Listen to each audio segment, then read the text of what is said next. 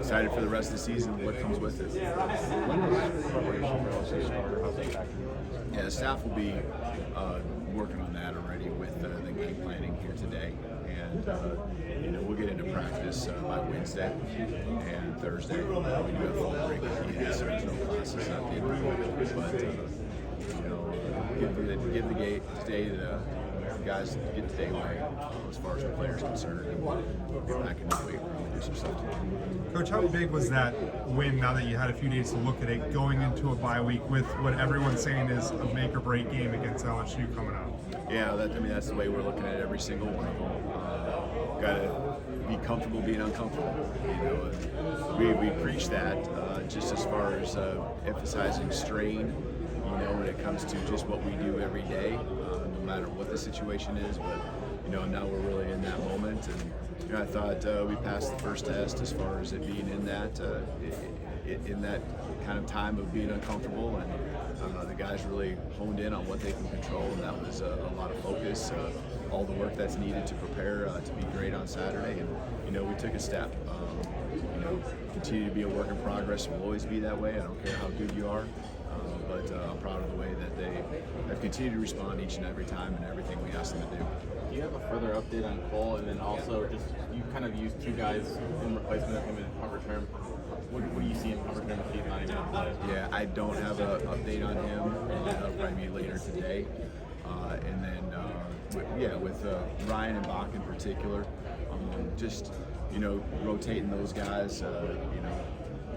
Really, it's probably more about who we're comfortable with. There's a little bit with what we're trying to do specifically, but it's just box someone we're very comfortable with, and rotated Ryan in there too. So both of them are guys we trust. Are you looking to maybe settle on one, or do you like that rotation based on different situations in the game? Yeah, I think Bach was the first one we threw out there. So.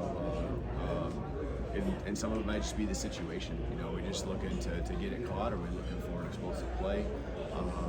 Who seems comfortable back there? What's the week been like as far as those guys and their consistency? Cole's been that way, and that's why he was that guy. Until we could play him. So comfortable with both those guys. It seems like the scope of this LSU game is you kind of already answered about the winner go home type atmosphere that could be going down. I'm curious, how do you keep this LSU game kind of level and kind of keep your guys, like, even if from the outside it could be a winner go home in terms of the playoff, like how do you make sure you guys stay level and kind of the approach? Yeah, whether that is what it is or not, that's how we're going to approach it, even though we really don't need to say too much in regards to that. We're just focusing on what we can do right now in the moment, and really honing in on the kind of the mindset that you're only as good as your last play, you're only as good as your last game. And so take the things and learn from the Missouri game just like we would everything else, but really just we got to go out and play our best game that we possibly can against LSU, and that goes back to the work that's got to be done between now and then. So the pressure is naturally going to be there for every game. We can't put added pressure onto ourselves. We just got to go out and play, be our best. That comes through confidence and in the prep that you put in. Was crowd noise at all a factor in Tennessee? And if so, what do you learn from it heading into another hostile environment in Tiger City? Yeah, you'd love to say it wasn't, but I think it arguably was. I think there's right off the bat some issues with the snap count and things like that. So I think we worked into it. We'll continue to do the things in the week of preparation to mimic that and give us as many snaps as possible. We really relying on silent cadences and so forth. Prepare for the hardest scenarios. And I felt like we did a good job of that, but we got in the moment and we struggled, especially early on. It was a pretty intense coaching moment you had with Rock Montgomery at the end of that game that was on TV. Kind of got up close to him. Just what was that about, and what was the message there? The 2-minute warning at the end of the game, yeah, with Rock. Oh, at the end of the game? Yeah. That drive with Ty, kind of right on the clock. I don't even remember. I think I do remember. Just things that are happening, you know, that you just want to be better at it. You know, just the moments that, you know, that we were going through, and I just felt like there was some things we could be better with how we were handling and being composed. And you know, that's the expectation for everyone. It doesn't matter whether you're on the field the first snap, the end of the game, up or down. We just want to, you know, we've been emphasizing doing things the right way and playing to the standard, and that's what that was all about. Coach. Yeah, I mean, Rock's a great kid.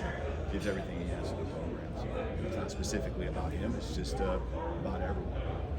Coach, can you give your thoughts on the defense of the last few weeks and what Coach Womack's approach has been? Just stay the course, and you know, I think you see success come with guys working together. I thought they did a nice job trying to piece it together, especially going to the Tennessee week.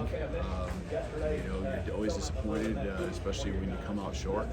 But you know, I thought the staff did a nice job trying to simplify things, move some pieces around.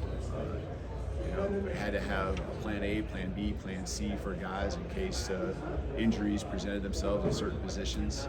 But you know, there's been some cross training of positions that I think guys really, you know, you can kind of almost see that's going to be something that they might be down the road. I think we maybe envisioned that for some of them.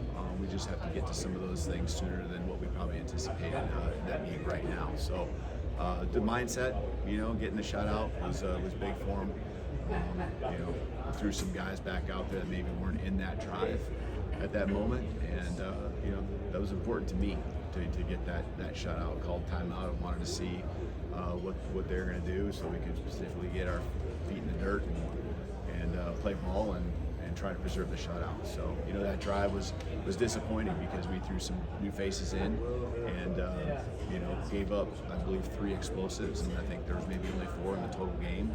One before that. So, you know, the expectation of 1 yard being too many is continuing to evolve, and that, you know, giving up no points is what the expectation is for our defense. And so I thought we took a step in the right direction there. We got to keep building on the turnovers and getting those takeaways has been huge, especially the last 3 weeks. So, you know, I love that about what they're doing too. On Richard Young's long run, Ty Simpson almost matches him step for step, trying to make a block, I guess, downfield. Just how encouraging is that to see, and just, you know, what have you seen from him just in terms of mental? Yeah, I saw that too, and not just Ty, but that was a great effort on his end. And we just got a lot of guys that just want it so bad for the team, and when they get their opportunities, and that was one for Ty, you know, getting down the field, and he can run too, you know, and we saw that.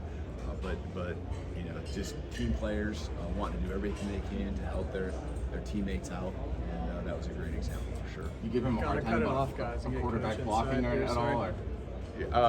I'm going to be all about it. Okay. You know, you got to be smart, right? But he's given great effort, and you know, you're never going to take that away from those guys. Thanks, Coach. Thank you. Thank you.